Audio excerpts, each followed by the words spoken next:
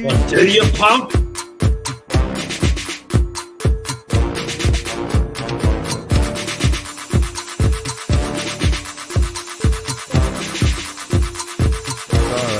I gotta make a shorter one of this.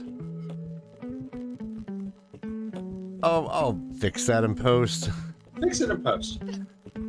And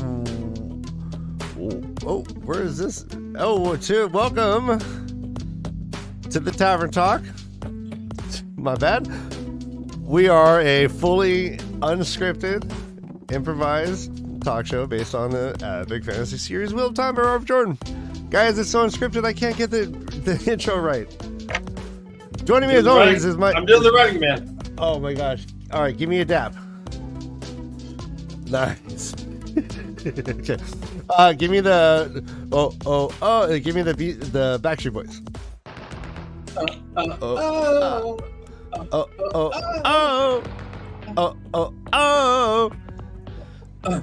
Puppet stuff. All right, joining me as always is Dancing Brother Dan and Jansen the Gleeman, actor extraordinaire.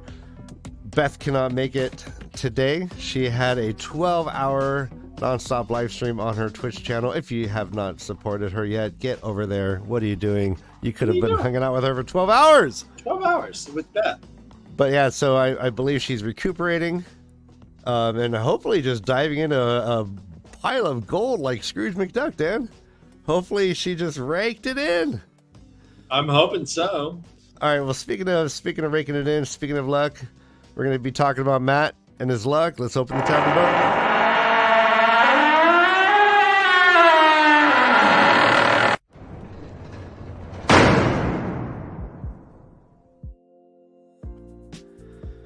All right, yes. We're talking Matt, and right off the bat, Matt Stagger comes in hot with $20. Thank you so much, Matt Stagger. The Matt quote: they could put up a warning sign or something. Hello, welcome to Hinderstaff. We will murder you in the night and eat your bloody face if you stay past sunset. Try the pies. Martha Bally makes them fresh daily. Or Martha Bailey makes them fresh daily. Nice. Even a rhyme at the end. Yeah. Internal rhymes are the best.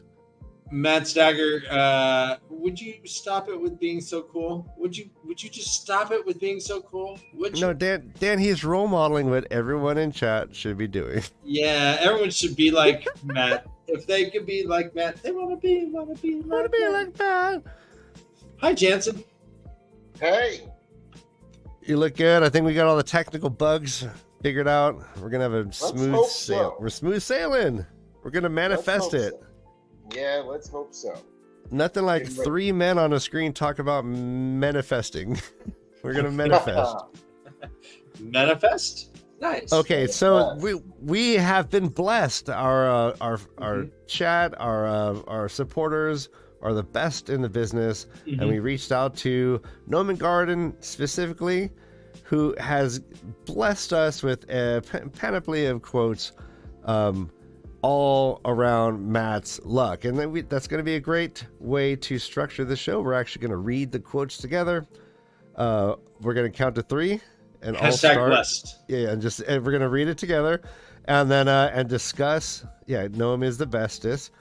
And we're going to discuss what we're reading and go from there. Right. So, in talking about the Tavern manifestation, none was more prevalent than Matt's luck.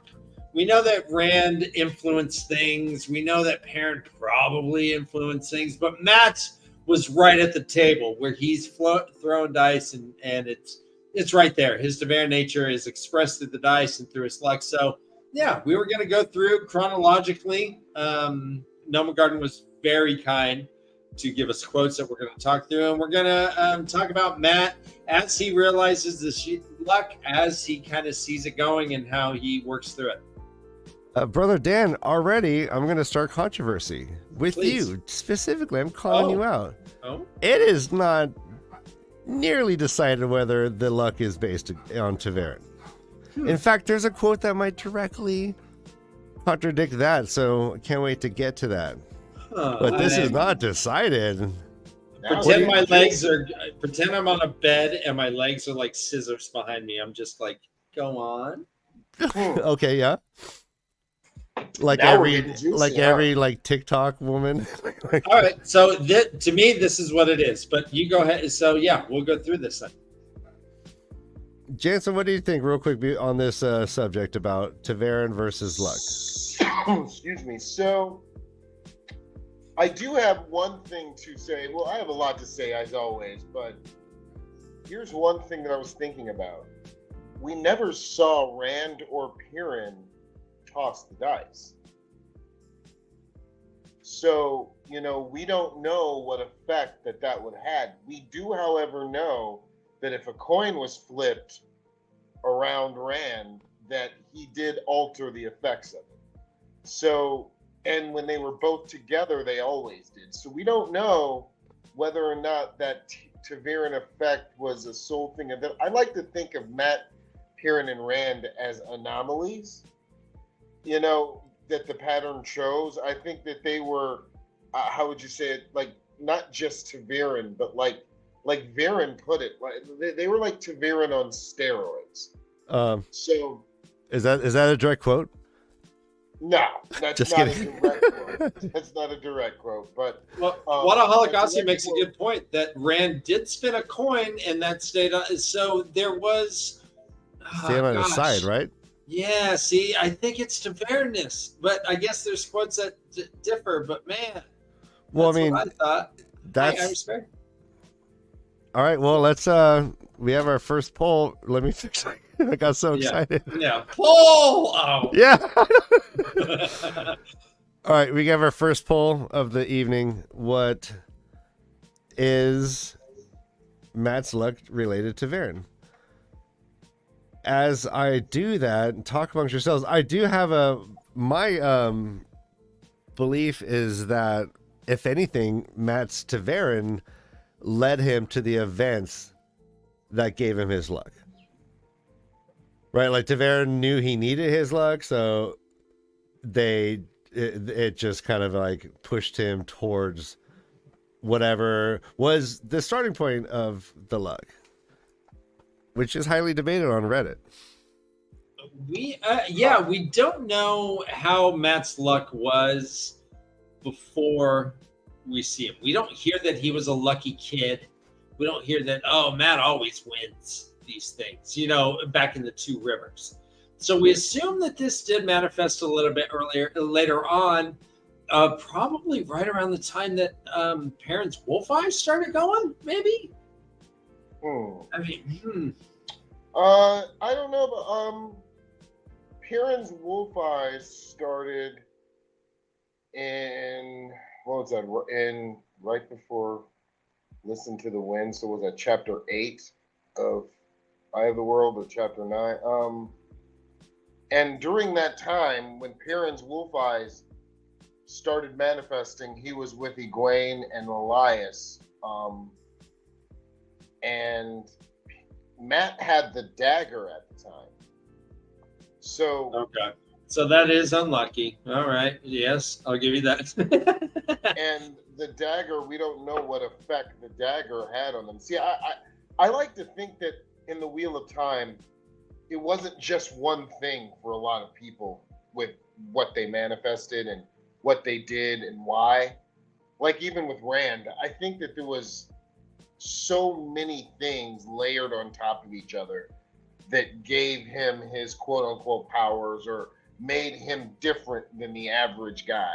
Even Rand, being a channeler, he was different than the average channeler. You know what I mean? Perrin was definitely different than the average man. Like Yogi Bear.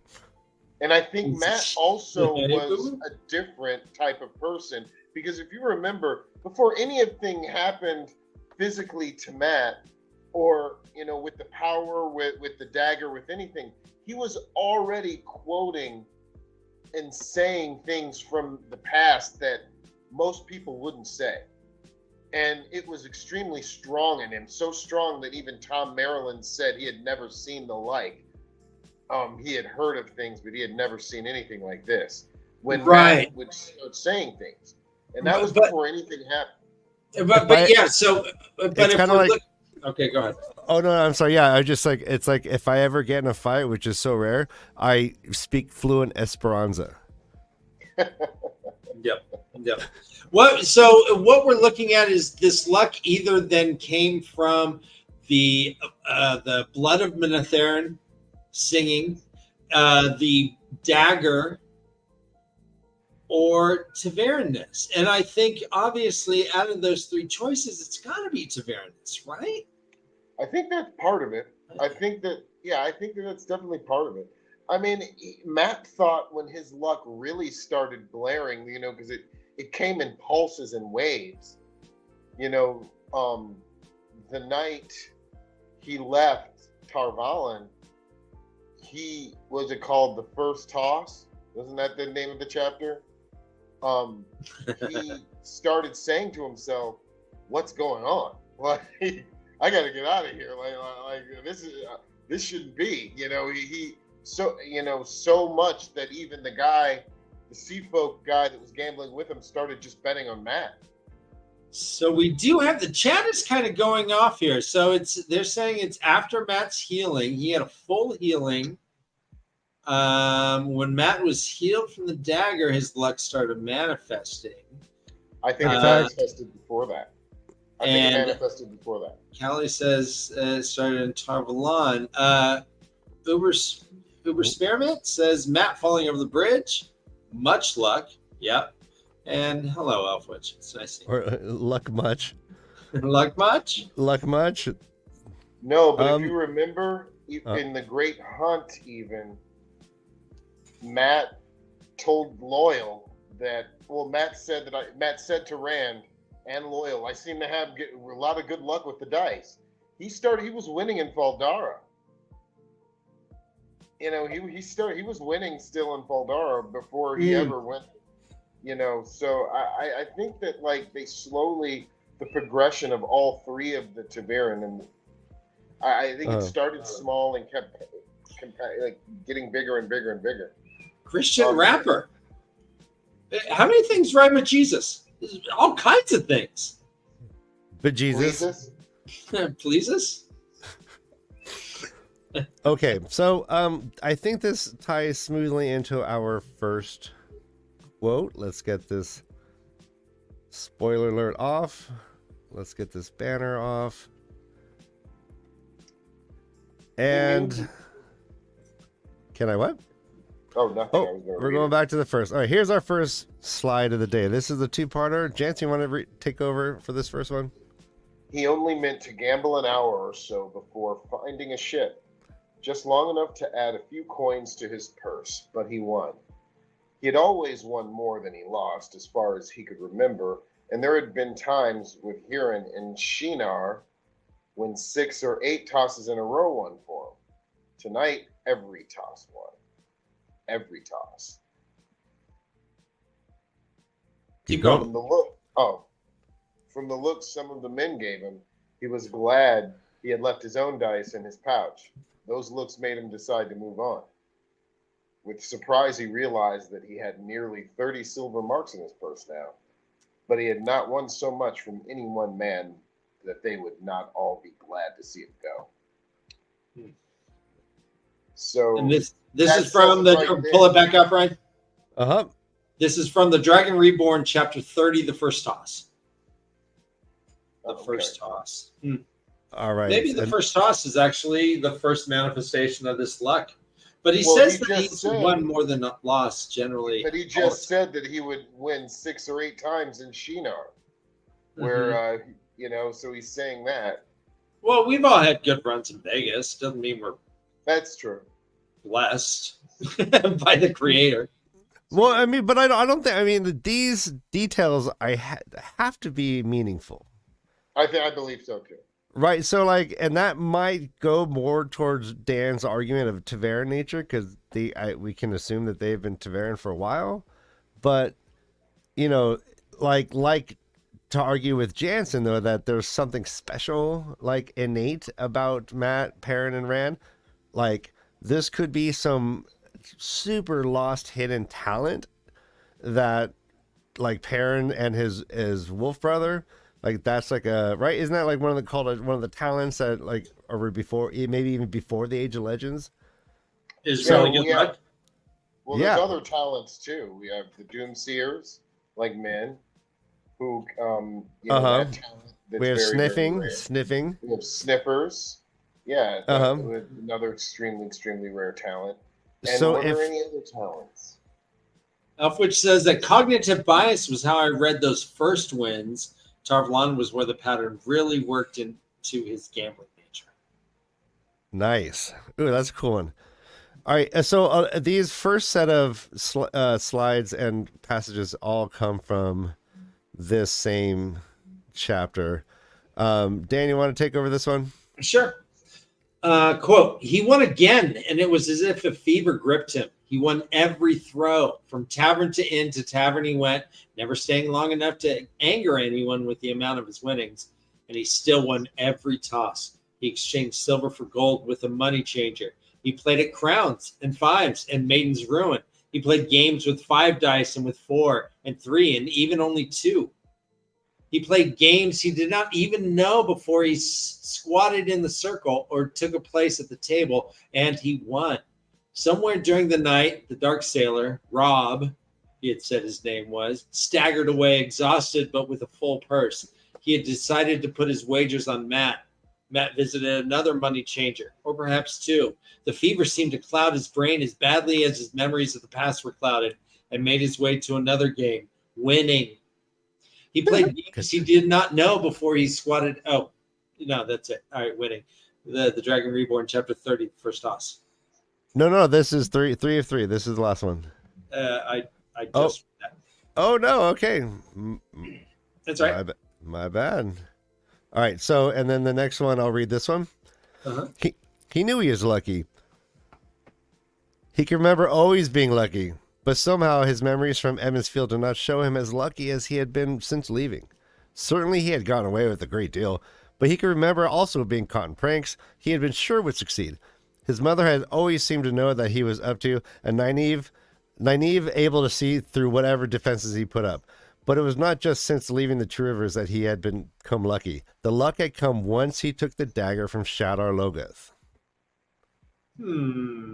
Okay. So this is from his point of view. Uh-huh. So do you think that his luck came from the dagger, Jansen and Wright? I think that Matt's, what's the word for it? I think that Matt was altered the moment he touched that dagger. Mm-hmm. I don't know what it was that did it, but I know that as soon as he touched that dagger, things began to change for him. So, who's to say that dagger, that dagger was supposed to be something just like all the things from like Shadow Logoth or Mordeth, a gift that bites you in the ass, right? So maybe that's exactly what that dagger was supposed to do, was give someone luck and kill him in the end. And maybe him going to Tar Valon stopped that and kept the luck with him. But that would only make sense if the luck stayed the way it was. But we know that the longer that Matt had this, I guess you could call it a power, by the end of the books, it was a lot stronger than it was in the beginning. He learned how to use it, I guess you could say. Mm-hmm. He learned how to use it. I mean, even as far as when Noel said you can't roll a 1 and he could, like, watch this. And he asked Birgitta one time before, when he went to find her to talk about how to kill the Golem, how to get Moraine out of the Tower of Genjai, he told her, what's the odds that if I throw these 30 coins up in the air, they all land on heads? And he did it, and they all landed on heads.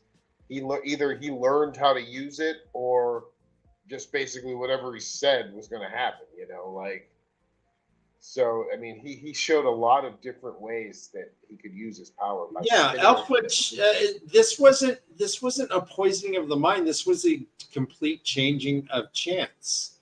So I hear what you're saying, but I'm wondering how. Gosh, it's weird to think that the dagger. There is a very, very, very small thing that's been just nudging at me. And I don't think anyone has ever talked about this. But in the Great Hunt, when Nynaeve, Egwene, and Elaine are sitting in Tarvalon, and they're talking about all of the ter'angreal that the Black Aja stole. One of those ter'angreal altered chance. And we never, ever, ever, ever heard about it again. That's a good point. What the hell? So how does that work? I don't know, but I know that you could roll dice and they would come up the same, whatever you wanted every time. Nynaeve even said, Matt would love this. Someone mentioned Taint. Hi, Perineum. So yeah, even Nynaeve mentioned that Matt would love this. And we never heard about that again. You're right. All right, so... Wait, let's get into some really prudent points that I think could be fun to discuss. Christian Rapper says, I know that Slayer told Perrin and the Two Rivers that Fane was the luckiest person in the world, or something to that effect. Maybe the dagger has something to do with it. Do you remember this? I do remember that. Okay. And was, okay, and he had the dagger when he would have interact. Did they interact? No, he just was like... at that point. He didn't have the dagger at that point. Oh. When Slayer said this to Perrin, Perrin was in the dream world going to look and see to find out whether the Waygate was open. And and he found out that it had opened again, but he saw Slayer there. They were fighting, and he said to Perrin that the Black Wind feasted on Trollocs there. He said something to the effect of, it would warm your heart to know how much Machin Shin feasted that day. But he also said that Fane was that quote about Fane. And that was before Fane went to Tarvalon to get the dagger, because he did that after the Battle of the Two Rivers. Okay. Check this. All right, so this is here's some more. This is I don't like this theory. All right, no, but just go with Chad. This dagger. Is great. No, so yeah. Matt Sager said maybe when the Ace had healed him from the dagger went from Taint to Lucky, but now look at what Uber Spearman says. The dagger was there for Matt to go deep into the Taint, then get a stricken from his soul to receive more light in his soul to receive memories and skills to destroy the dark, which is almost like a very physics-based analysis. And get it stricken from his soul to receive more light in his soul to receive memories and skills. But where would luck come? So luck then squeezed in as a part of those memories and skills? Luck is weird. Like, we're talking chance. We're talking throwing dice and having them balance on the corner and stuff. We're having like weird stuff that is pattern based to me, and I'm not sure if the dagger is pattern based. I'm not sure if but we know Ta'veren is. Well, the dagger also represents the only entity in all of Wheel of Time that defied the light and the dark. I guess both Machin Shin and Mashadar are probably both manifestations of things that are neither good nor bad. They're just chaotic bad, right? Yeah. And the whole city of Eredal probably, and so the dagger was like an avatar for the city, I suppose. But it's still weird that the Dark One. It's weird to me that there's evil, that the Dark One is like, whoa, that's evil. What is that evil? That seems weird to me. But I don't know, is that like the antithesis of luck? Does the creator say, whoa, Matt's lucky? Where'd this come from? I don't know. I don't think so. I think Matt's luck is a part of his shit. That's why he has dice, like specifically dice. They call him gambler when the heroes see him. They do call him Gambler. That's true. So is his luck then a reborn thing? Was he a lucky soul, or was it because he's Taverin? Or I guess the dagger, this evil dagger that somehow gave one guy luck. Boo. If you ask me, boo. Ryan. Oh, he walked away. I want to know what the poll is. See, I'm trying to think of, like, we saw Matt's Tavernness take effect more than we saw Perrin's take effect. And that may be because Perrin had the ability to do things like go to Teleran Riyadh, and Matt didn't have that ability. So, when you talk about, like, the fantastical powers of each person, we don't hear much of or see much of the things Perrin did out in the real world, other than bring men together or get people to do things that you wouldn't think people would do around him. That's what I was going to say. I think his Tavernness was in his diplomacy, and the fact that people followed him. I mean, we're in Knife of Dreams on our reread, and he has the Shanchin on his side. I agree. Yeah, I agree. Yes, I agree with that. And Rand, Rand just becomes Jesus Rand. But before that, it's so sporadic. It's, to me, if we think that, go with the premise that his luck is a Taverin side effect, then his Tavernness is blowing up all over the place. Like if he sits and plays dice, he's a Taverin. Like, Rand doesn't have that control until the very end, when suddenly he's like Buddha Rand, and Perrin has no idea even about his Taverin stuff, it seems. Yeah. In fact, he even says, he even says to Tam and Abel in Homecoming that he never saw it when him and Perrin, Taverin work. And you're right. I don't think Perrin ever really sees Taverin working himself. I don't think he ever does. In fact, I think Matt accepts being Taverin before Perrin does. Even though Perrin says it, I think internally Matt accepts it first.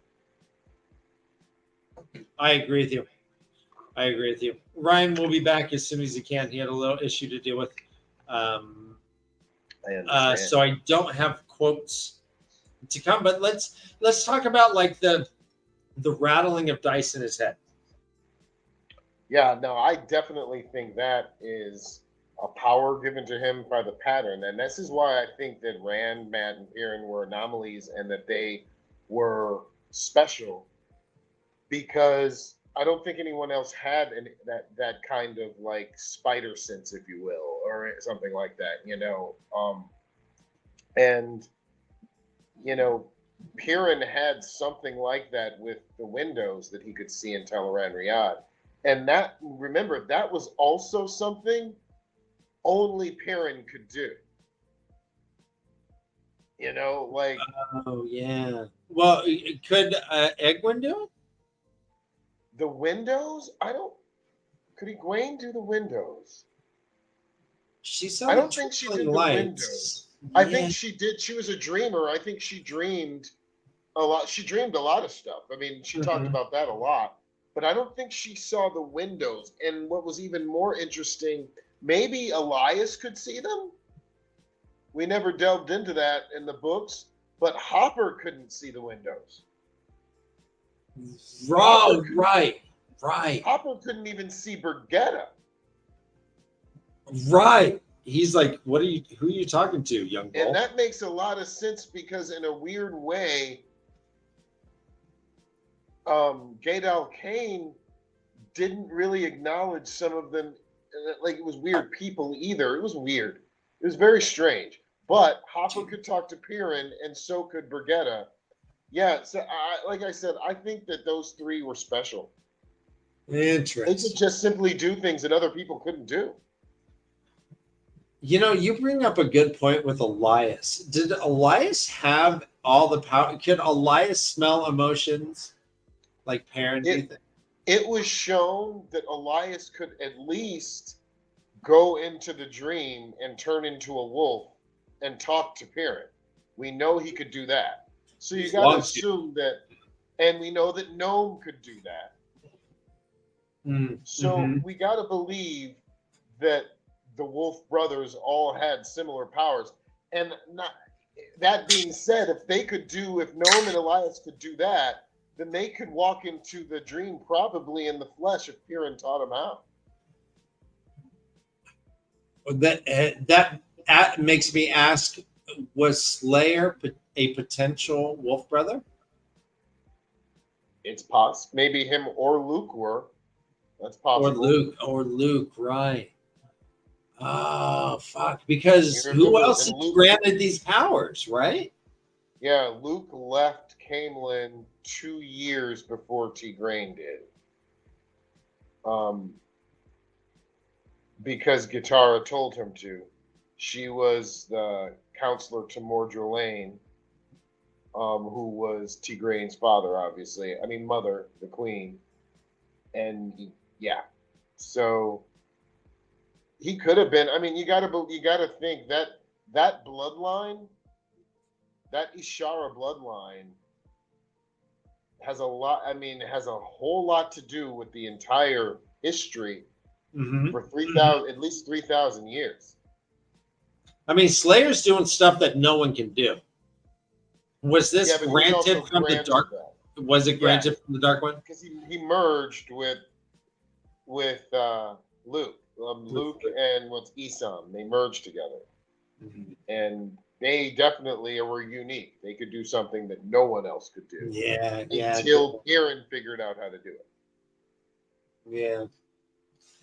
Well, we're still waiting for Ryan to get back so that we can get some more quotes. So you know what? I think that you may be absolutely right. I think that Luke and Isam were both Wolf brothers, and I think they were the vert. You know what? That makes a lot of sense. Because They Slayer's were, just going and killing all the wolves. That's like his sport yes. in the dream world is to kill all the wolves. Those two were the human version of Shadow Brothers. Yeah. Yeah. That makes a lot of sense to me because the Dark One you perverted their power and they didn't use it. Like that makes a lot of sense. I think that we're getting somewhere there. I think that Mm. Luke and Isam were both and their hatred for the wolves as well could play into that as well. I definitely think that. I think that that makes a lot of sense. It Yeah, that makes a lot of Yeah, sense. because you think that with these talents have to exist beyond just our heroes, right? Otherwise, it wouldn't be talents. It would be, you know, how can someone know that their talent is to see Taverin if we haven't had Taverin since Archer Hawkwind? How would you know that you have this talent, right? Yeah. You have to see a Taverin and you go, whoa, that person's glowing. What's that? And they go, oh, you probably have this talent. You just don't know you got it until you see some cat glowing, I think. Well, yeah, no, they had to know because even Landfair told Perrin, you can do that, what he does, right? So she had to know about. How else would she have known that Perrin could do that? Right. Right. Welcome back, Ryan. You're muted, but welcome back. Thank you. Sorry about that. Hey. Yeah, While you're gone, yeah, we just came up with some big thoughts, Ryan. All right, I'll try and just smoothly slide in there like I'm known to do. yeah, we think that Slayer and Luke were both Wolf brothers. I think they were also the human version of Shadow Brothers. The human version of Shadow Brothers. Yeah. So is Hopper a Shadow Brother? Or no, he's not. No, the Darkhounds are Shadow Brothers. Ryan, do you have the results of the poll? I do. Because let's go ahead and make a new poll. All right. So the last poll, here's your last chance. Last chance. There's 20 last people. Chance. 21 votes. 62% said yes. It is definitely connected to Matt's Tavern nature. Okay. Let's ask about do we want to do the Isom Luke? Were they potential wolf brothers? Isom and Luke? Isom / Luke. Okay. I think that the Dark One perverted their power, and I think that they already knew about it because Lanfear knew that Piran could also do it. So I think that they were definitely. I mean, who else would? Why would she single Piran out and say, "Piran, you could do that too"? What he does. Right. She knew they could collectively hunt the wolves in some sort of like evil retribution that they have going on there. Being a wolf brother gives people the power to step into Tel'aran'rhiod in the flesh. And I think that the Dark One perverted that, and I think that she knew that he could do it too. Good point, Noma Garden. And Noma Garden, thank you so much for your help with our quotes here. Ryan, pop up the next quote. All right, let's bring this bad boy up. The next quote. All right, actually, this is segueing beautifully into a brand new segment we're gonna hold on Tavern Talk, which is called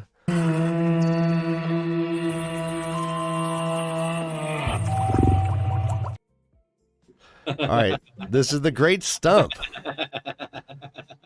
Jansen, you need to tell us which book and which chapter this quote is before we get to the second page. Uh-oh. All right, I'll start, and if you know the answer, just interrupt. Time to toss a dice, he said. He thought the other man looked confused for an instant, but an instant was all he had. With the heave of his legs, Matt flipped them both off into the empty air. Stop. It's the first toss. It is book 3. Chapter first toss. What's that? Chapter 30? Yeah, you're right. For a stretched out moment, he seemed to have no weight. Air whistled past his ears and ruffled his hair. He thought he heard the man scream or start to. The impact knocked all the air out of his lungs and made silver black flecks dance across his blurring vision. When he could breathe again and see, he realized he was lying on top of the man who had attacked him, his falls cushioned by the other's body. Luck, he whispered. Slowly he climbed to his feet. Cursing the bruise the quarterstaff had put across his ribs, he expected the other man to be dead. Not many could have survived a 30-foot fall to cobblestone with another's weight on top of him, but what he had not expected was to see the fellow's dagger driven to the hilt into his own heart. Yeah, that's right. All right, so that was an easy one because I told you that these are all... Okay. All right, so yeah, they're going to get harder. Gotta make them harder. Good job. But that's right before he met Tom, and that's right before him and Tom get on, not Derna's ship, but the Terran ship and the flight down the Aranel. So this is the same chapter in which he is winning every toss. Yeah, he's left the tavern. He's trying to get home safely, and this happened. Correct. So he's just trying to get out of town. Right. So this is the first instance, however, of...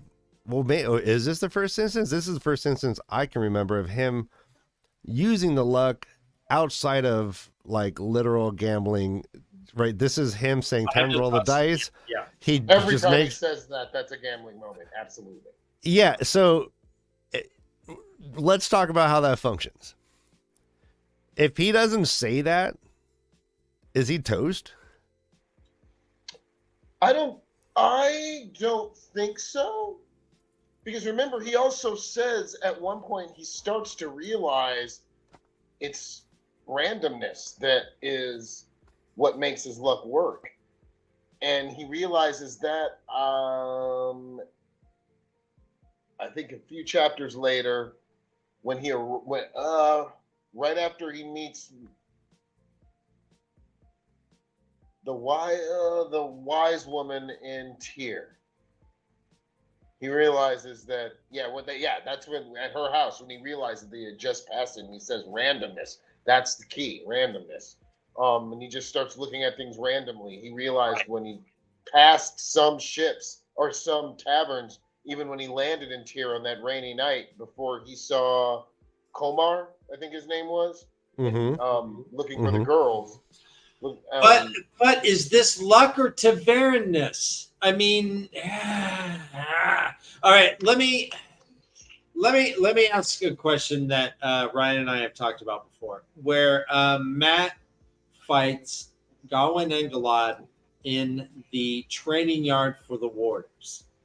Now, Matt insists on betting, and neither Galad or Gawain really want to bet, but Matt's like, but the quartermaster says, I'll put up their silver. And so Matt's like, all right, 2 silvers for against each of one of yours. Yep. Was the fact that he put a wager on this, did that influence his Taveran luck? No. And if he hadn't bet, would he have gotten his ass kicked? No. Because he states to himself, he knew that he could kick their ass anyway. He said that he would do it just for the fun of it. He said he's not going to do it because all of them think. But he didn't. Good. He didn't though. He did it for money. Yeah, he did it for money. But he knew. He said to himself that he really wouldn't even need his luck. He knew that he could beat him up. He knew he could do it. He even said that he was one of the best back home in the quarterstaff fights. He said it. Do you think? I mean, yeah, but that's okay. But like, hello, like when you see Galad and Gawain out there looking just like the beach volleyball scene in Top Gun, right? When you see that happening, like Matt just walks up and he's like, "Yeah, I can kick their ass." Yeah. Whether he believed it or not, do you think it's like? I mean, is it not noteworthy that he bet right prior to it? I mean, this is hotly debated, Jansen. You're creating enemies right now. Yeah, you're diminishing, which could be a really hot topic. I might be, and I'm okay with that. Because I think, honestly, there is too much proof that Matt says. He says how good him, Rand, Tam, and Matt's dad, he says how good they were back in the Two Rivers. So many people throughout the entire series say how good those Two Rivers farmers are with quarterstaffs and bows. Jared Byers says it. Galad says it. A lot of people say it. And they are good. They're very, very, very good. They're almost second to none in archery. Even Bergetta says that. And, I got to believe that Matt, he's like, he even says it to Galad, and he's like, I wouldn't think I would fight either of them. Not with a sword, but with a quarterstaff, I think I could beat you. He's good. All right. Now, okay, this is actually amazing. Are we not, I don't know what S-Feast means, like sub pussies? Are we not going to give Varen the credit for being the first person in the series to say it's time to roll the dice? And then he follows it up with, and then Noman Garden comes in with, Varen, as my father would have said, it's time to roll the dice. That's the Great Hunt, chapter 37. This is getting deeper and deeper. Because we were talking about Varen earlier today, Jansen. You had this whole idea about Varen, what Varen knows. Could Varen, I mean, is there a link to that? Well, she even says what. She says that. Remember, what's the chapter? What's the okay, Rob Schraub. Is it in Crossroads of Twilight or Knife of Dreams? What's the chapter called? It's I think it's called Legends. I'm back here. Where the chapter I believe is Legends, where the Band of the Red Hand and Matt, they surround the village of Trustair. And Matt meets Varen there because she was handing out those pictures looking for Matt or Piran, remember? Uh-huh. And Hinder's Tap, Matt was told that there was a woman in Trustair handing out those looking for you.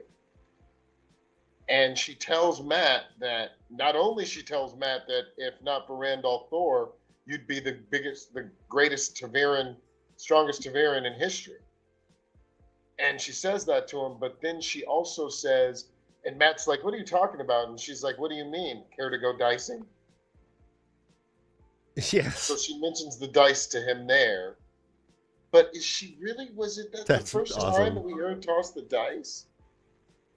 That's I mean, two very reputable sources in chat. I agree. I agree with them as well. I agree too. Goodness. Yeah, could that be related to Varen going up to Perrin and saying, when are you going to put down the axe and pick up the hammer? Could that whole thing be related in terms of Varen like sussing this shit out a long time ago? That is from the Ascenic cycle. That is from the Shanshan prophecies. The only time we see that, when the Wolf King puts down the axe for the hammer, that is strictly from the Shanshan prophecies. And Varen knew it. She's the only one who knew that. The only one who ever quoted that. Other than, I believe that it's in a prologue. No, not I think it's in a prologue maybe, or... Yeah, I think, or in an introduction, where we see that from the Ascenic cycle. Also, yeah, here we go. Varen did go through Flicker. Oh, that's a great point. Hey, let's all say hi to Just Thinking. I'm just thinking. Hey, Just Thinking. I think we all should adjust our thinking from unjust to just. Yeah. He says, I think the gambling nature is inherent in Matt's soul. Thus, the heroes recognize him as the gambler. He always takes chances, attributes things to luck rather than relying on just planning, etc. Well, yeah, but is that, again, Just Thinking, is this Tavernness or not? Or is he a hero? And they're like, hey, gambler, you're... I think Matt is a hero of the Horn. And I think when he asked them, who does he ask? Who does he ask? He asks them at the end of the last battle, am I one of you? And they say, I knew you were going to ask this, gambler. No, you're not one of us, although you've done enough to be one of us. I don't know why. They say that to him, and maybe it's... I don't know why. Holy shit. Corporate, that. Right? Yeah. No, you know what I think? You're qualified. I would have hired you, but, I actually think that was a joke on Matt. I think Matt actually is a hero of the Horn. And who else would they play a joke on? They were punking it. Yeah, have we not talked about how bunch of like frat boy kidders the heroes turn out to be? They're like all chucks and shits and giggles. Oh yeah, just nudging each other. Oh, hey Liz, there. Can I smell your finger?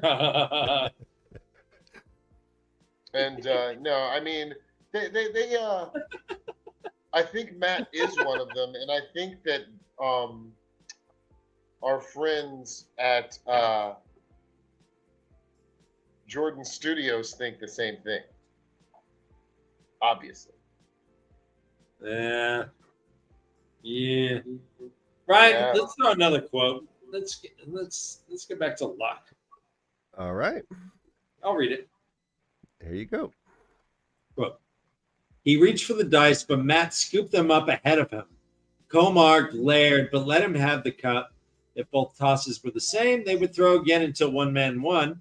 Matt smiled as he rattled the dice. He did not mean to give Komar a chance to change them.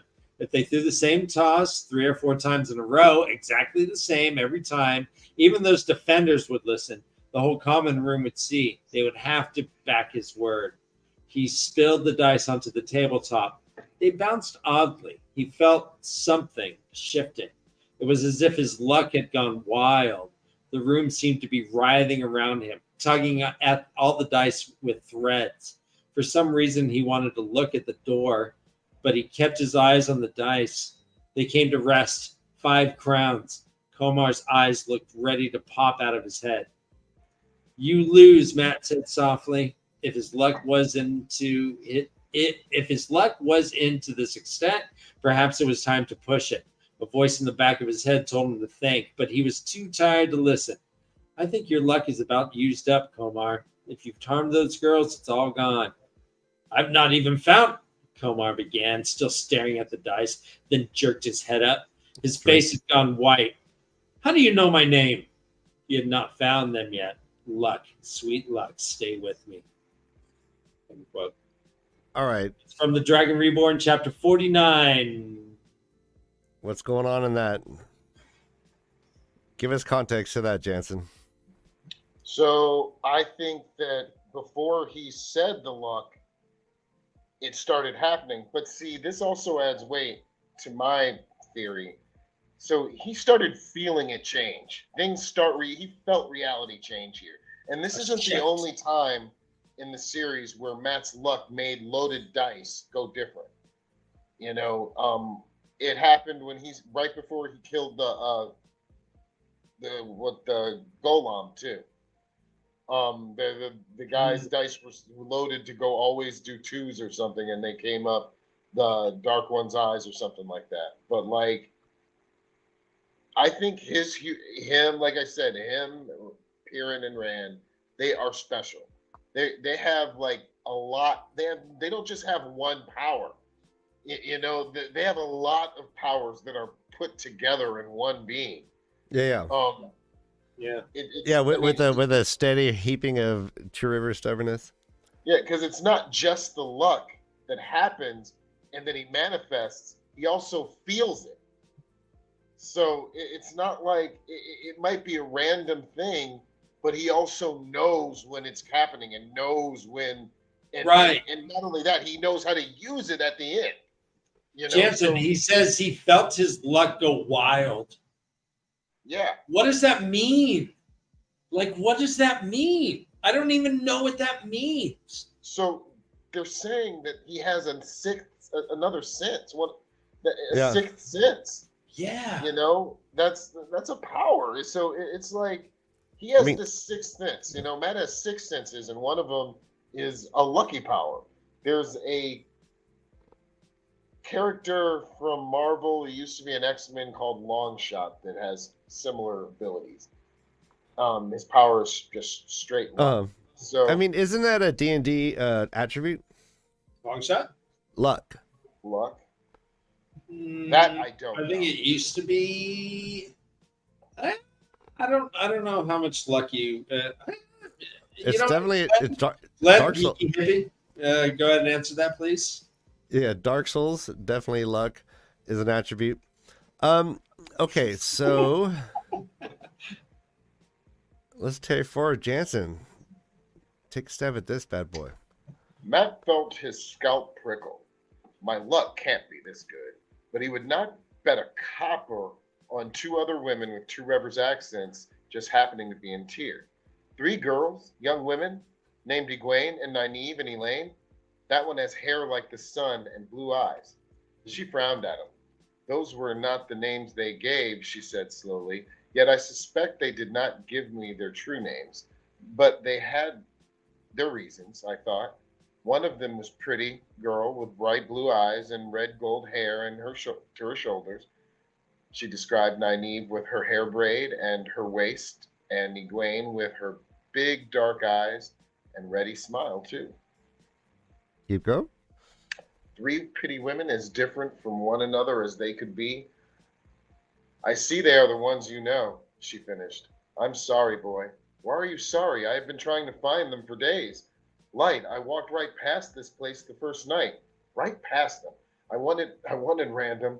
What could be more random than where a ship docks on a rainy night and where you happen to look in the bloody lightning flash? Burn me, burn me. Okay, so that was what I was referring to about earlier, that just randomly he walked right by him and he didn't know how to use his power at the time. Not that he might have even known how to use that then. That's extremely random, but that is the essential, you know, his powers are random. All right. Let me ask real fast. So this lightning flash, is this similar to Shanshin shit? Where they're like, oh, a lightning, it was an omen. Well, lightning flashing. And an old mother cries. Well, there's a lot of different things. The angel opens her. You know, the first time we saw lightning happen, we saw Rand manifest the power to save him and Matt from what was his name? Sam'el Hark? Was that his name? Or Sam'el Hake? Yeah, Sam'el Hake. The Strom and Braun or whatever his 2 guys' names were. Hawkenstrom. and he used lightning to save them, to get them out of there and kill Hal Gold and Goldsman or whatever, whoever they were.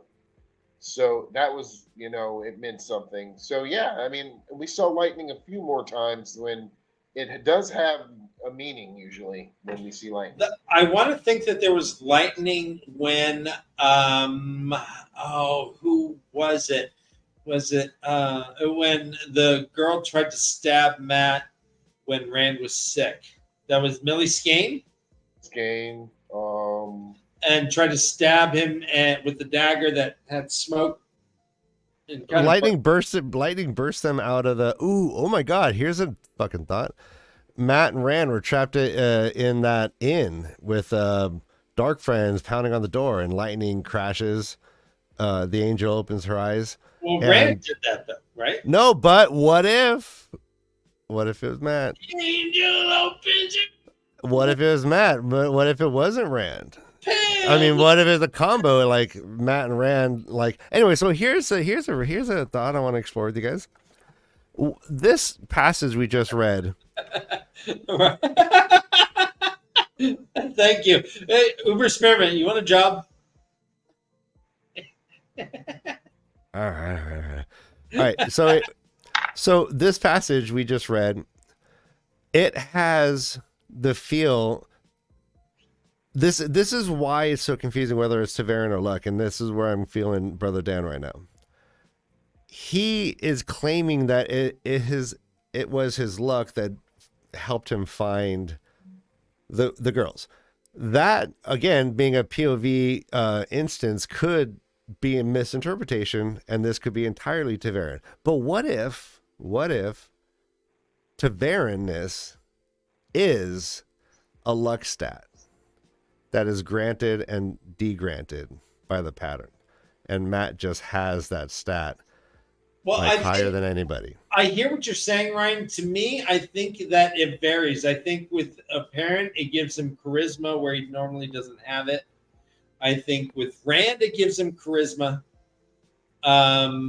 With Matt, I think it manifests differently. So I don't see Perrin being very lucky. Nor do I see Rand being super lucky. Well, here's the thing about that. Rand's manifestation of luck goes to other people, not him. And it also manifests in bad luck as well.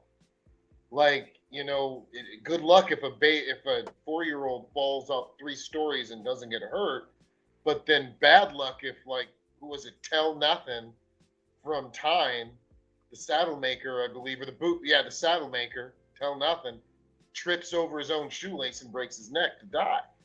Yeah. And that was around Rand too. So it's like Rand, other people manifest his bad or good Ta'Verenness, right. So his is this weird fluctuation of pattern that gets balanced, where Matt's there is no balance. It is all him.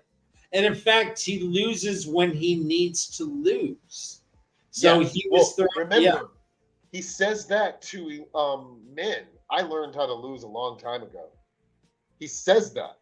And she says to him, she's like, yeah, right. She's like, he said it to her in all seriousness. I learned how to lose a long time ago. He says that to her when she becomes Darbinda.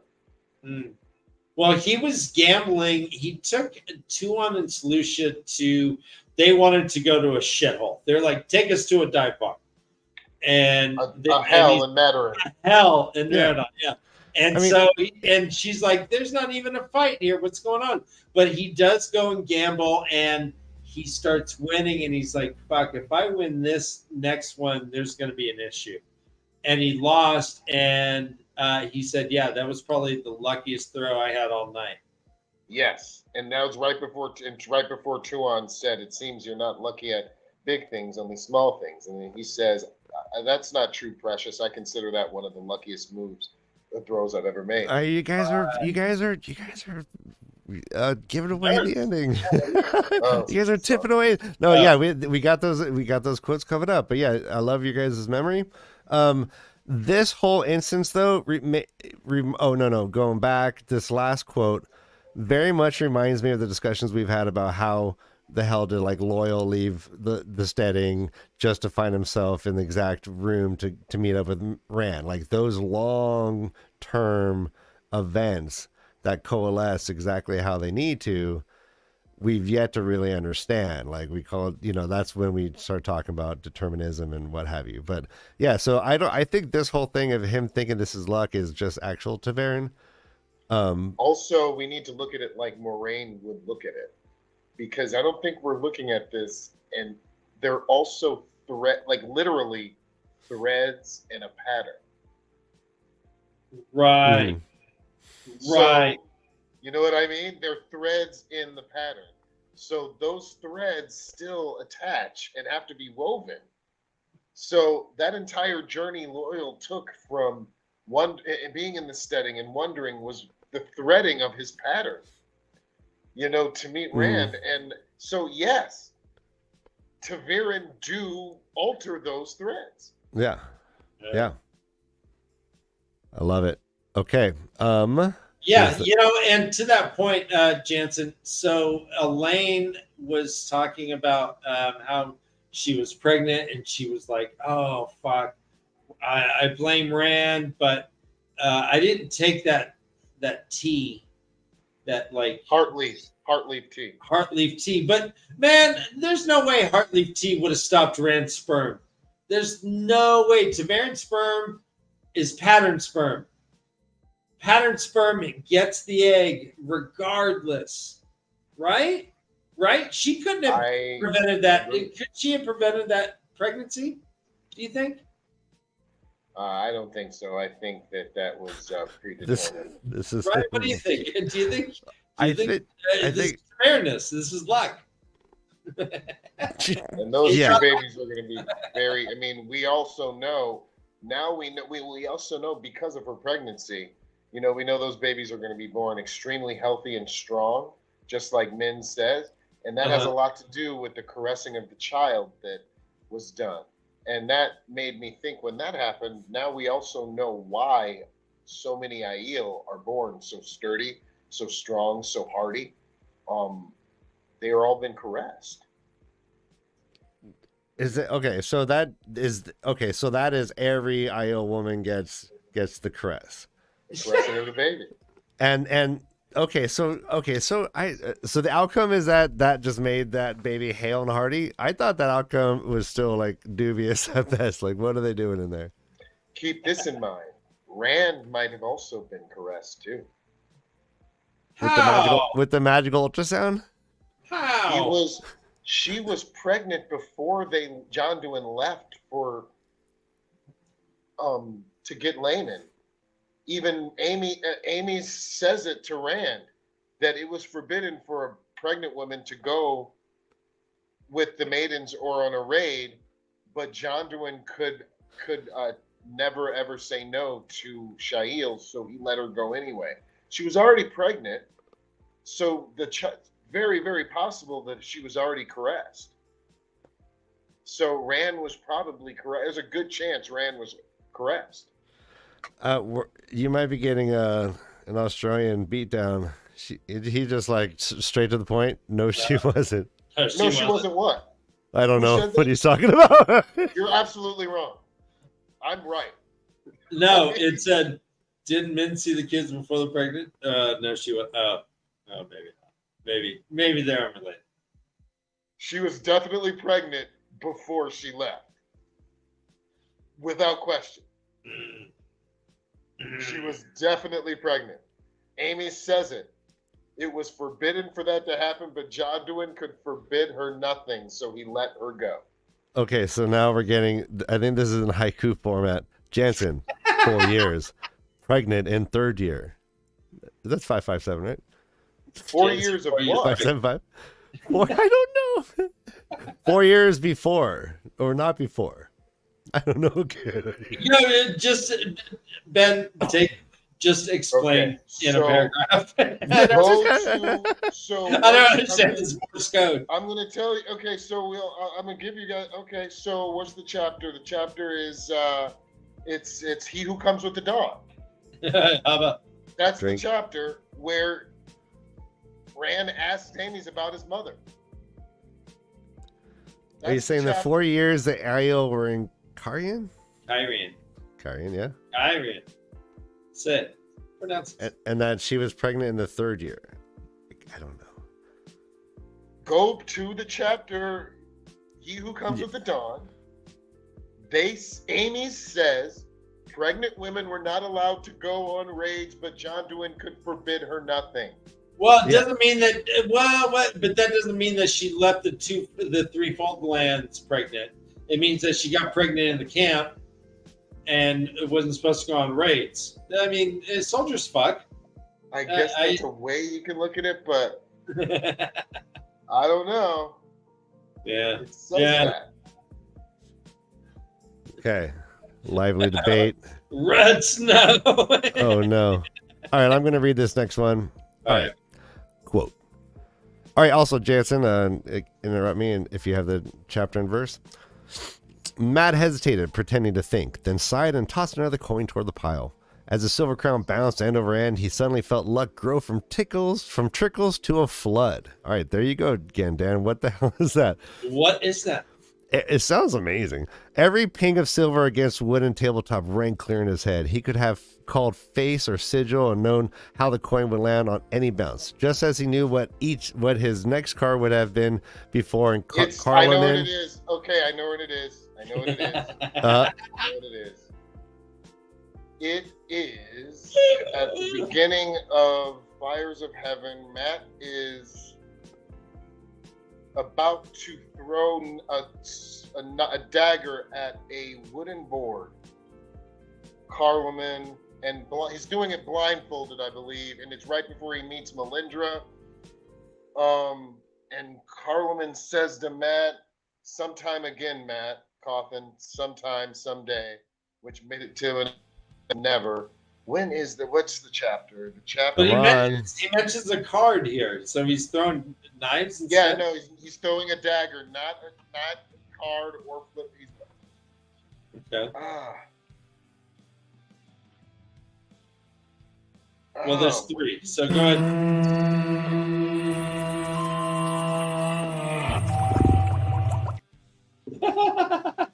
You stumped me, I think, on the chapter. I think it was a chapter 4? What book? Chapter Fires of Heaven, Fires of Heaven, chapter 3? Okay, let's see. I'm going to finish and we'll get to the last page. Okay. Just as he knew what his next card would be before Carloman laid it in front of him. Sliding his cards together on the table, he fanned them. Oh, I'm wrong. This is in the Stone of Tear. This is when the cards come alive, right? This is in the Stone of Tear. And right before a cock crows. Hubba. Yes, this is in the Stone of Tear with Carloman and Estion. And he's playing cards, yes. And this is chapter the Stone of Tears. So it is the Shadow Rising chapter 2. All right, we'll see. All right. Sliding his cards across the table, he fanned them in one hand. The ruler of flame stared at him alongside the other 4, the Amerlin seat balancing a flame on her palm, though she looked nothing like Swan Sanche. However the Terrans felt about Aes Sedai, they acknowledged the power of the Tarvalon, even if flames was the lowest suit. What were the odds of being dealt all 5? His luck was best with random things like dice, but perhaps a little more was beginning to rub off on cards. The light burned my bones to ash if it is not so, he muttered, or that was what he meant to say. Shadow Rising, Chapter 2, Whirlpools in the Pattern.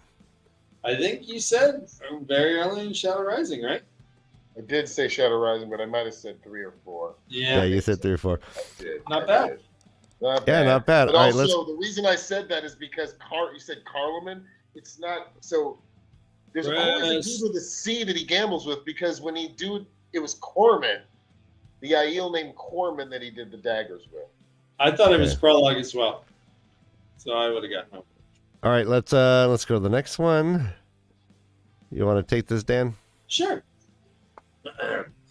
Quote, "Luck is a horse to ride like any other," Matt said to himself, no matter where it came from. Not that he knew where his luck came from. He only tried to ride it as best he could. As quietly as he had spoken, Genric frowned up at him. What was that you said, Matrim Cauthon? Matt opened his mouth to repeat himself, then closed it again as the words came clear in his mind. Sensovia kaya donde ein dovienia. The old tongue. Nothing, he muttered, just talking to myself.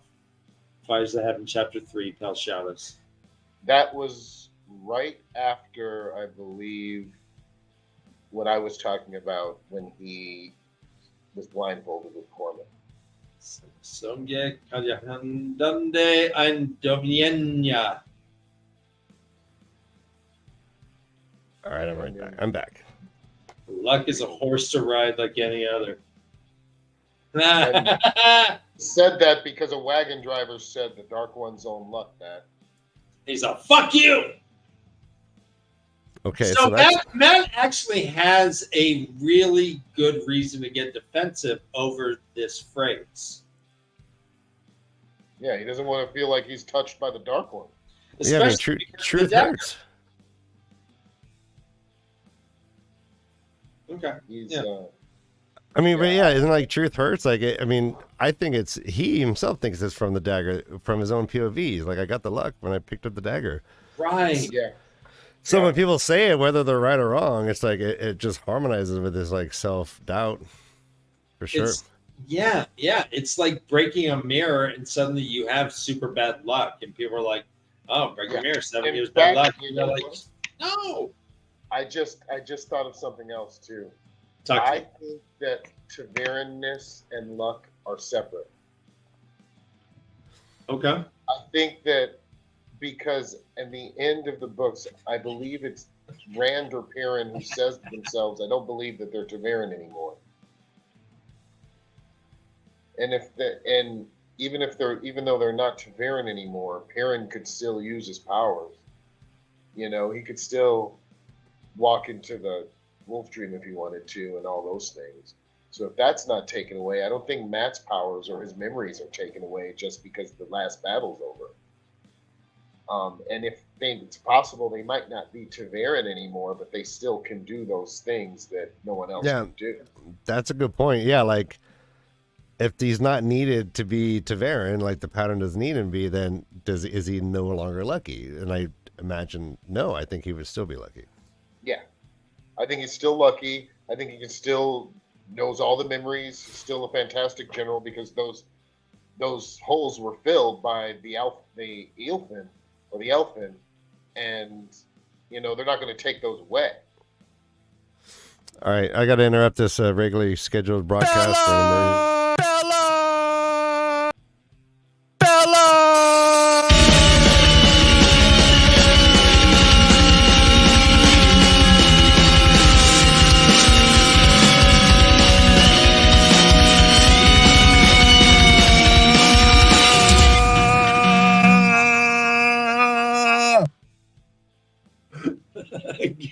It just starts with "Give me a B." That's amazing. Dun, dun, dun. Ask and you shall receive. We're a giving show. We give. We totes give. We're here for you guys. Sorry, Glenn. No, dude. Yes, give the people. Because since you broke your coccyx. Your coccyx, yeah. It's my fourth lumbar. It's my head-banging lumbar. All right, yeah. I used to say I'd pull a rock muscle. This is a fun little one, but it's not necessarily. Ryan, one of the things you say at a show that I use all the time still is that they're playing the oldest song known to man, Tuning. Yeah. Thank you. I love that joke. All right, Jansen, you want to hit this one? What is this, Rand? I hope you haven't decided to change the plan at this late date. No answer. Only a look as if Rand had just remembered he was there. It made Matt nervous. Whatever Darrett and the rest of the band thought, he worked hard at keeping Sorry, my phone messed up. He worked hard at keeping clear of battles. Sometimes, though, being a Taveran worked against his luck. that was the way he saw it. Wow, that's a great statement right there. Yeah, that's the one, Dan. Yeah, he believed Rand had something to do with that. He was more strongly Taveran, strong enough that at times Matt almost felt a pulling. When Rand put his finger in, Matt would not be surprised to find himself in the middle of a battle if he was asleep in a barn. Okay, first off, God bless you, Robert Jordan. Just like Words of Chaos, chapter 33, courage to strengthen. oh, wow, when he put his finger in, huh? Okay, So, yeah. But this doesn't discount anything, Ryan. Keep this up. So, I think that he is referring to him getting pulled into battles. He wants to split, and he's like, "Yeah, I'm no bloody hero. I'm just gonna go here." And what do you know? I get pulled into this battle, and I got to do it.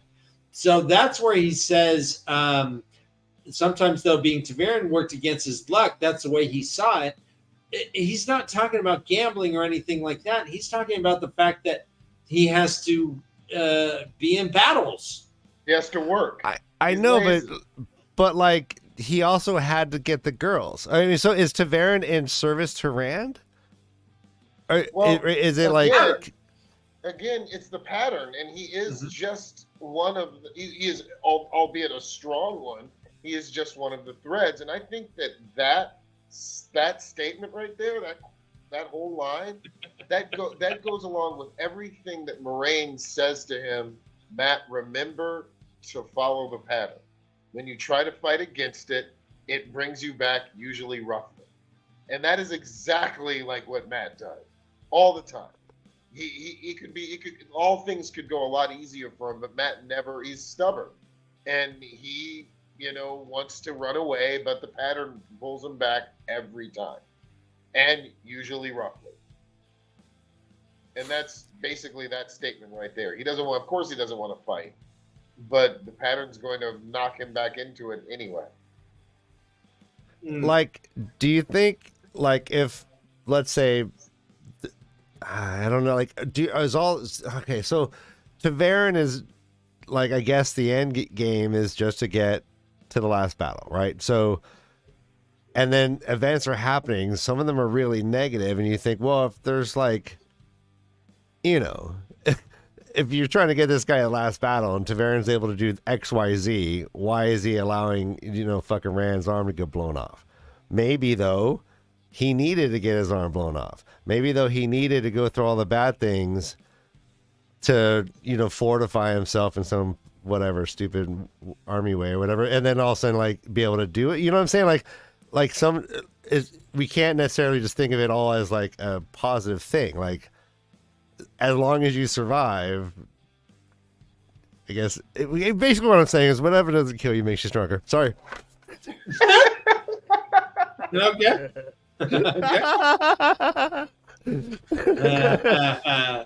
I mean, oh, go ahead. No, but like, yeah, follow those thoughts with me if you can. Like, oh, I see what you're saying. I think that, yeah, I think Robert Jordan was a genius. Actually, now that I think about it, the more I read his book and the more I delve into this, he has placed everything the way that it's supposed to be placed. I think that Matt is such a manifestation of how the power and the pattern works, and the push and pull of so many things. Like and even Egwene, when did she say this to Matt at the last battle? She's never seen anyone work so hard at avoiding work. Yes, yeah. That's great. And that's Matt. It's like that's a great Matt quote. Geez, that's my favorite Matt quote. Okay, I looked through all of Reddit for like people's favorite Matt quotes. Yeah. That was not there. That's a great quote about Matt. It's perfect. It's perfect. And that's exactly what he was doing. And she said that quote to him when he was hiding from the Death Watch guards because Tuon wanted him to sit in judgment. He didn't want to do it. So. Well, Matt almost felt a pulling when Rand put a finger in. Yeah. Okay. Yeah. There's a lot of fingers. In this guy's work. We're gonna carry forward. Yeah. We have another some more quotes. Then let's just actually focus on quotes and then discuss for as long as we have Jansen, and then we'll end the show. Okay. All right, I'll read this one. The largest palace he had seen yet filled one entire side of the square, all domes and spires and colonnades, 3 and 4 stories above the ground. The other 3 sides mixed great houses with inns and shops, each as wide as the next. A statue of a woman in flowing robes, taller than an ogier, stood on an even taller pedestal in the middle of the square, one arm raised to point south towards the sea. There was only a handful of people walking across the pale paving stones, and no wonder in that heat. A few were eating their midday meals on the lowest step of the pedestal, and pigeons and seagulls flocked about fighting for scraps. It was a picture of tranquility. Matt did not understand why he suddenly felt the dice rolling in his head. He knew that sensation well. Sometimes he felt it when his luck was running strong in the gambling. It was always there when a battle was in the offing. And it seemed to come when there was a vital decision to make, the sort where the wrong choice might well get his throat cut. So here we have, like, equating the dice. Now we're bringing the dice into the conversation. The dice rattling in his head. Him collating that with, that's not the right word. Transmogrifying. No, that's not the right word. Yeah, just like mixing them up. He seems to see a connection between the dice, his luck. What do we think about that? Right. This is where he does connect. And we hear that the dice are always going during battles. And he says it seems like during big decisions, they seem to go off too. Yeah. They also happen with other things in life, not just like, he even says when Rand and Nynaeve healed the source, remember when it started happening, the next book, when in Matt's POV, Crossroads of Twilight, is that a time to be gone? Maybe it's I think it's after, I think it's 2 captains. I think that's the chapter, 2 captains with him and Eganin. But they say, remember, all the Aes Sedai come to him and said, somebody's channeling and it's too far away to hear. And then Matt says at the end of that chapter, he wonders what Matt was doing when the dice stopped. So I think that when Rand and Nynaeve started, healing, the dice started. So he can feel other things other than just the things around him. Stuff that he are outside of his control, right? Not based on his decisions. Yeah, I think he can feel that. Holy cow. So, I mean, I grew up playing Yahtzee. I know that sound. That sounds like, I mean, I have tinnitus, but that's like, I can ignore it, for the most part. Like, I could not ignore rattling dice, man. But also, but that sense, though, that like when he's feeling the luck surging and he's feeling like the only thing I can equate that to is like the momentum you feel falling in love, where it's just like your relationship with the time changes in a way, and it's exhilarating, and that's the only way I could like try and put myself in that position, because I don't feel like a lucky person in life. I mean, I have you guys, which is fucking amazing, but this is funny that we're talking about this, because I had this thought a couple days ago, and it was really strong. And it was because I was watching the Olympics and thinking about people who are the best at something, absolute best. No one's ever done it better, and they have this zone that they get into where it's just things that they are doing seem so easy to look at them do it, but it's the hardest thing in the world. Yeah. 2 times in my life, I have felt that, where it was like, that must be how the pros, or how the best person feels when they do that certain thing. One time it was while I was acting, and I was actually doing Neil Simon with another actor, and the play was called True West. I love it. Oh, True West. Yeah. Shepherd, right? It was the first time I had ever felt something was so easy, but it was the hardest thing I ever did. But it felt like it was effortless. I felt it that time, and I felt it when I was younger skateboarding once on a half pipe, and did a trick that I had no business trying to do, but effortlessly did it, and it felt like that. You know, And- Elfwich calls it flow, and I call it zone. Yeah, there's you guys were times where you basketball just in basketball where it's like you just can't miss. Like Yeah, you Like- guys know. I've never that's felt the- that. Not me. Not me. I couldn't Brian's make. like I always miss. I couldn't make. No, like at one time on my birthday, Kevin Northcutt's not in here, but he was the victim of it. I was running the table at the bar, and Kevin puts his quarters down, and I racked the 8-ball on the brick. I like sink the 8-ball on him, and I never do that, right? And then he puts his quarters back on. I beat a bunch more people. He gets back on. I do it to him a second time. I just sink the 8-ball on the break. Again, I never do this.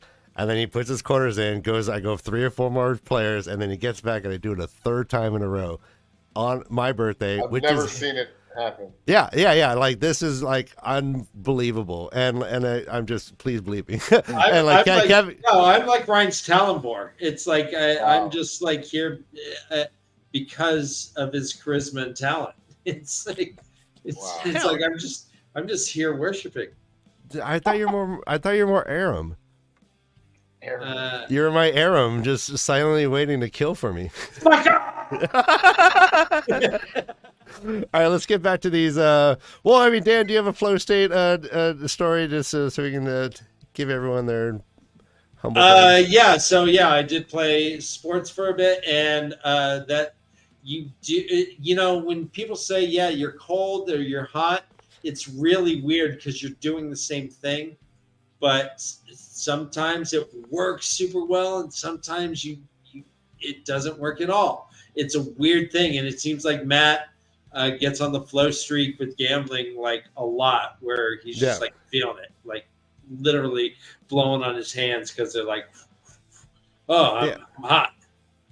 And we know they're all exceptional lovers. Matt, Perrin, and Rand, that's one of their gifts. It's not really talked about. Do you think Perrin really is? Oh, I think Perrin. Okay. I think Perrin. It is talked about twice with. Because Fail fucks, but Perrin I think is just is good to go. But I don't think that he's inventive at all. He's a meticulous blacksmith. He takes his time. There is times when they talk about his big fingers. Back.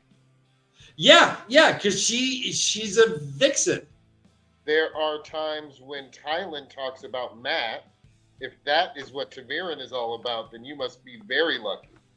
Right. She says that. Uh-huh. No, I think Matt fucks. I think Rand's first encounter is 3 hours.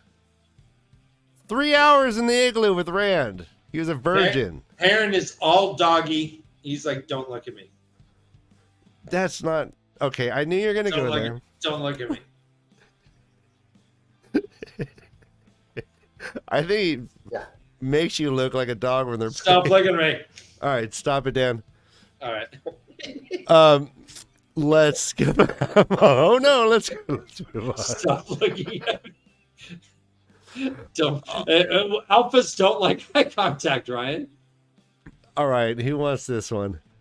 I'll do it. Rattling the 5 dice in the leather cup, Matt spun them out on the table. They stopped with 2 crowns, 2 stars, and a cup showing. A fair toss, no better. His luck ran in waves, and at the moment, the waves seemed low, meaning he won no more than half his tosses at most. So far, he had managed to lose 10 in a row, an unusual run for him at any time. The dice passed to a blue-eyed outlander, a hard, narrow-faced man who seemed to have plenty of coin to fling about despite his plain brown color. So, can we assume that the pattern is a hardcore capitalist is like, well, we need some coin. We're obviously going to need some money. So, Matt's our money guy. So, but if you notice, he wins when he needs to. Yeah, so I Right. mean, what is this then? And so that kind of goes with this whole like, does he have luck when he need like for him to be like, oh, like I'm only winning 55% of my games. He lost 10 in a row. Like, why this now? It right? Is it like kind of why is need a part of that? Well, maybe it's keep this in mind. Maybe if Matt would have won some of those tosses, somebody might have gotten pissed off and stabbed him. So the pattern didn't want him to win there. Mm. All right, so then do you think the pattern is like throttling down the luck? Absolutely. I think that the pattern is the driving force. Just like, and I think it's hard for us to talk about these books without realizing that. Just like it's hard for everyone in the Wheel of Time to realize that it's the pattern and you have to surrender to it. And the only one who really, really ever did that was Moraine. And Rand in the end. Well, let me address the point I had made in that it seems like it's important that Matt is flush with cash. Matt has so much coin. He's tossed. So the pattern must be like vital to. I mean, does the pattern care that Matt gets rich? I guess is that Yeah. Well, I mean, he's got a band of army that he has to feed and take care of, and they don't tax the locals. They don't own land that they can. So you know what I'm saying? The pattern knows he's going to need to rent some wagons. Well, unlike he needs Piran, a couple bags of coal. You know, unlike Piran, Matt is not a great diplomat, and one of the things that coin having a lot of money in the Wheel of Time world means is that you have some power as well. You're treated differently when you have a lot of money. You have more lace too. Yeah, you know, other when and he even says that when Moraine back in New Spring, when her and Swan become Aes Sedai, they even say the appearance of money shows power, and having coin can do that.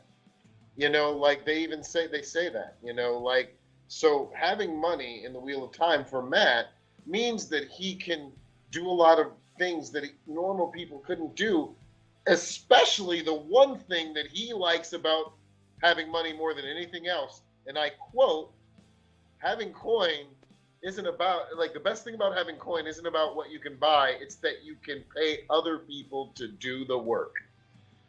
And he says that.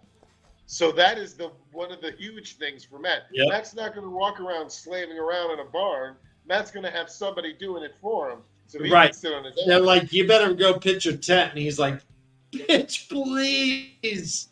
I can buy someone to do that. I'm Elon. And it gives him respect. And another quote. Who is it? Valen Luca to Iganen. You command, my lady, and I obey. But Matrim Cauthon has coin, and I'm afraid at this time that is my bet. He says that is what he goes after. So he says you know.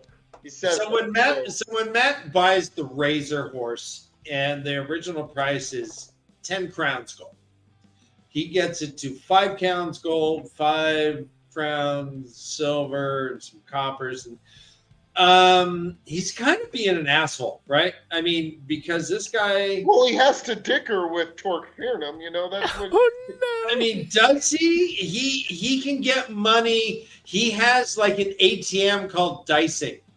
He can just he also says get money at any time, any place. He knows that he will never be without money.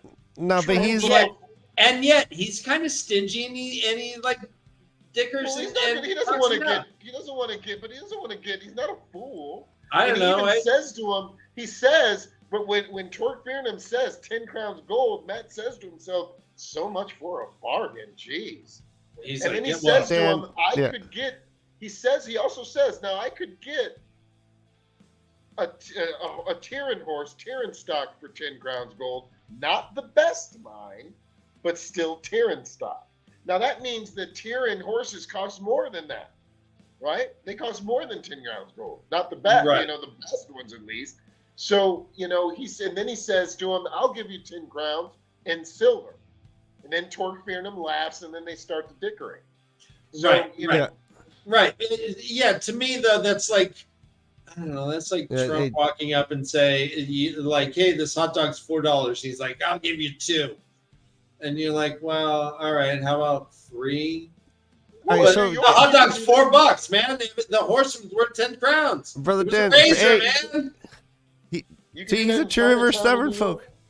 Hey, yeah, first off, this is a fascinating questions, Brother Dan. You always have a perspective that is unique and unshared by most, but that's what we love about you. I think if we were to put everything in perspective, take a deep breath. I was almost done with the sentence. I think we all take a deep breath. He is in hiding. He does have the Daughter of the Nine Moons. He has the Shanshan Queen basically like in his like hair.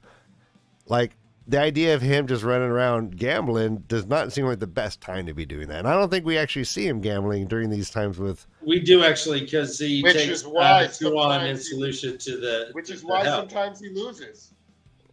But yeah, if you would have won all of them, everyone would have been like, "Yeah, there was a guy in town a minute ago or like a day ago who won everything." I'm just saying, I get upset. Like when Matt gambles, I'm like, this is unfair. He knows it's unfair. These are merchants that do not have as much as him. They're sitting here trying to play a fair game, and Matt shows up and he knows he's gonna fucking rob these dudes. Yeah, Brother Dan does it and he leaves, and it's not the most ethical way to go about it. He knows. He does it and he'll split so that people won't like want to punch him, but he knows he's going in and he's like cheating. All right, so Matt actually has that POV with himself. He actually talks about that with himself after I believe it's Night in Hinder's Tap, the next chapter. He says, "Well, no, it's right before Night in Hinder's Tap. Actually, it's right before it. He's like, why do I need to win?" Why is it that I'm not going to make anything happen if I win or lose? He's like, what am I showing them if I win? He says that to himself right before they start going crazy. So basically, Dan, to summarize, you're saying Matt puts the dick back in dickering. Yeah, big dickering. No, yeah, he has big dickering energy, and that's fine. Energy. He's got big dickering energy, and that's okay. Well, that's a fun. We're gonna go back to the books. Let's go back to the books. No, I dig it. I just think that I always think that he's robbing people when he gambles. Okay, so this is the last quote we did. All right, I'll read this. Women did pass in and out of the dilapidated house, a steady stream of women, just about, some well-dressed, if none in silks, and not one man. 3 or 4 wore the red belt of a wise woman. Matt had considered following some of them when they left, but it felt too planned. He did not know how Tavern worked. He had never really seen any sign of it in himself, but his luck was always best when everything was random, like with dice. Most of those little iron tavern puzzles eluded him, however lucky he felt. So this is him saying that's a very interesting line. He did not know how Tavern worked. He had never really seen any sign of it in himself. So that is just clear, POV. Obviously he's super Tavern, right? Yeah, he's the most. No, I think Rand's the most. I think Rand does become the most. Nature. Yeah, Rand is a walking force of nature. I mean, Rand makes things happen in waves, and Rand is terrifying. Yeah. You don't want to be a mile within Rand Althor.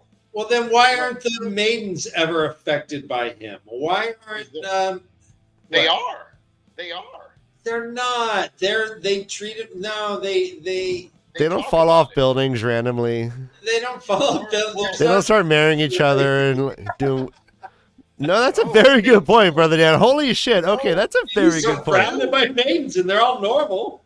Don't you remember Rand even has this POV with Sulin when she says weird things are happening, like more maidens than ever are leaving, running away and putting bridal wreaths, and Rand says to her, "I'm sorry," because he knows it's his Taveran nature working with him. And also remember that the pattern also knows that Rand needs the Aiel. So yeah, less of them are going, that's going to happen. It's all pattern based because Rand needs them, and a lot of them have. Remember how the scale of Aiel that have actually left? It's almost like 2/3 of them are walking away. 1/8 or something like that are leaving with the bleakness. So he's leaving. That Taveran nature for Rand does not seem to affect main characters, though. It doesn't affect the Ashamen. There's none that are like in awe of him or do anything different around him. In fact, they're pretty spiteful to him. Besides they're like they want to spit on his feet. They're like, man, dragon, fuck you. There's I don't know. It's like. To me, in the books, the most visceral Taveran is Matt. If we're calling luck Taveranness, it's all over the place. But Rand's may happen on a more like subdued level or a more like blanket level, but it's not like immediate shit necessarily that happens, except for when he's talking to the sea folk and they're like, I don't know why I said that. Don't you remember towards the end when Matt would walk into Arid Doman and literally people were sitting in things collapsing around him? Well, this is at the end. I'm talking like first 4 books, like 5 books, even 6 books. Like the Taveran nature of Rand is not very self-evident. Well, the weddings. All the weddings. There's occasions, but there's not like there was a constant. Everyone. But bro, people were they were tracking him through the Taveran nature. They were finding clues based on. And then it stopped because he moves out.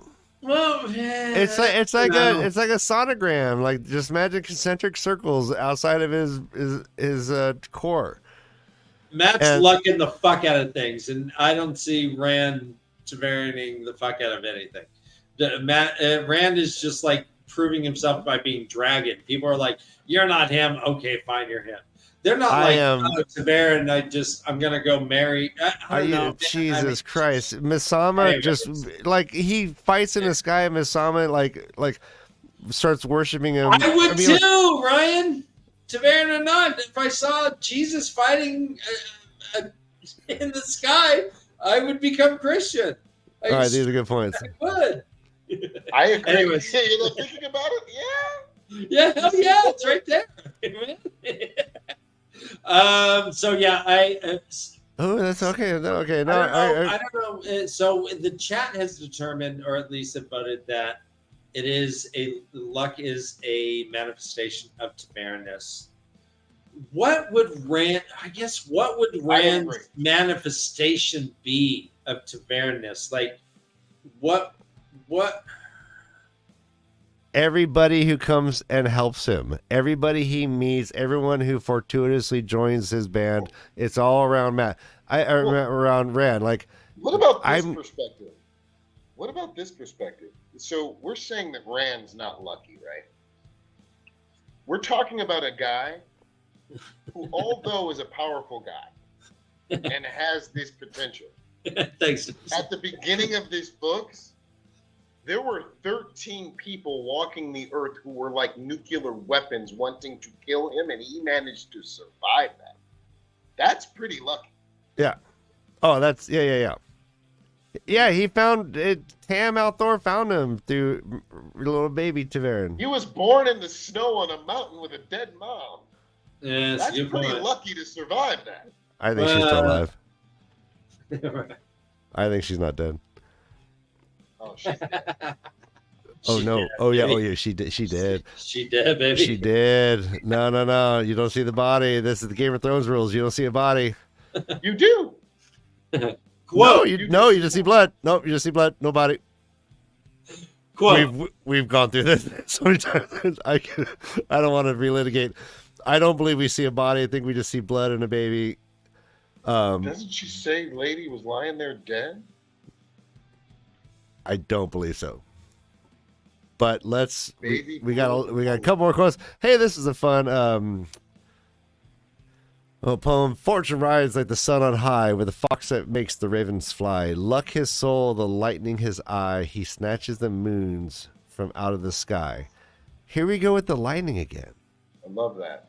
Yeah. You guys were just talking about lightning, and I knew this was coming up, and I was like, "Oh, gulp! Don't say anything." Fortune rides high. Fortune rides like the sun on high. With the fox. Now the fox head on Matt's medallion, its eye is actually the symbol of the Aes Sedai, the ancient symbol. Correct. So are they mixing that together? I don't know, but lightning his eye, or the eye that he gives up. Yeah, that's also the lightning in his eye. Okay. But Ryan, you make a good point with that, in that this lucky nature is prophesized. There is a connection to prophecy and someone who has luck, a gambler who is lucky. Yeah. The heroes call him gambler. The heroes of the hunt call him gambler. Mm-hmm. Yep. And He's not the only one who calls him gambler. You know who else calls him gambler? Your mom. Your mom. Varen? No, what's his name? Ruark calls him gambler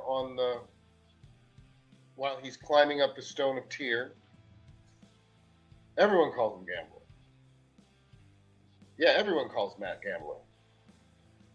And in fact, when Tuon asks what he does for a living, he says he's a gambler.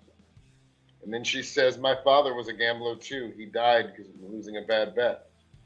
And he's like, "Oh shit, your dad is badass." All right, so Christian Rapper joins in and says, Rand's Tavern nature didn't stop after book 4. It stopped being a focus of the story in latter books. It's mentioned here and there. Matt's luck is a big part of the narrative and shown on page. Ryan, you know the best thing I like about God is that when I see him, he has a nice bod. He doesn't look flabby or like a blob. He doesn't look like he's a slob. He works out. He does crunches and Pilates. He looks like he does karate. Yeah, thank you. Christian Rapper. Okay, I was trying to figure out. Okay, I was like, where do I yes and? I don't even know. No, it's Christian Rapper. I was trying it. Oh, here, yes. Thank you, Noma Garden. The Aelfin, Son of Battles, Trickster, go, Gambler, go. Yes, and that's also, remember, he's also called the Son of Battles by the Aelfin and by the Dark One himself. What? I have Yes. Poke Gambler go. Yes, the Dark One calls him the Son of Battles. Remember, he says it to Rand in their fight. I don't. Oh, and no, we're talking last battle scenes? Yeah, I've got the Son of Battles. He calls him the Son of Battles. Son of Battle. So, and I assume luck. You know what? I assume luck has a lot to do with this battle reference. When we think about Robert Jordan and war and soldiers in general, yeah. And it's a coin toss whether you live or die, kind of. Yeah, that's true. I mean, Matt talks about how war is like gambling. You know, the biggest stakes in the world are riding on it. So, and he even says how that exhilarates him. Right, and the guy next to you could lose his face to a cannonball, and if you were there, it would have been your face. Yep. Anyways, guys, the point is, don't lose your face to a cannonball. No, that would not be fun. Yeah, don't do it. Don't do it. Just Okay, so the we have one more quote we could get to if we have, but it is quite long. It's 11 pager. It is from Knife of Dreams. Oh, I mean 11 short pages. I mean 11 slides. But yeah, we could skip that and just end this because we've had a nice long discussion. Yeah. And we're going past time. I have a couple of things to do. I have an audition due in 1 hour. 1 hour and 5 minutes. Well, all right, yeah. So break both legs simultaneously. Break them both. We'll see. Jensen, is it true that break a leg means because you were taking a bow on stage and you would break your leg behind to? I have never heard that. Oh, that's what I heard. If you break a leg, it means that you're taking a bow and everyone loves you. Yeah. Yeah, never. All right, Narcissus. Please don't be a stranger. Thank You had some great comments. Good luck in your audition, Jansen. Yes, we are all in the Jansen fan club. We are Jan fans. We're the wind beneath your wings, Jansen. All right, ladies and germs and humans on all the spectrums. Join us Tuesday as we continue Knife of Dreams with our first-time readers. Join us next Sunday. Let us know what do you think about the new format, adding book quotes. Again, thank you, Norman Garden. I enjoy this greatly. I think it really enhances the show. We'll get you next week's topic as soon as possible. If anyone else wants to help out getting us quotes for these shows, just give me a DM. We need all the help we can get. I don't have one. To stump me. Oh yeah. Anybody want to come? Any of you guys, guests, want to actually try to get stumped as well? I've got a list of 10 of my hardest questions about the Wheel of Time. Oh, and I would love to see if anybody could get me up. Dude, Jansen SATs, guys. That's awesome. The great stump. I love this. All right. Well, hey, I love helping the show grow. Just as you guys are the reason we work so hard to do it. Until next time, everyone, run for your lives. Run for your lives. This is the way.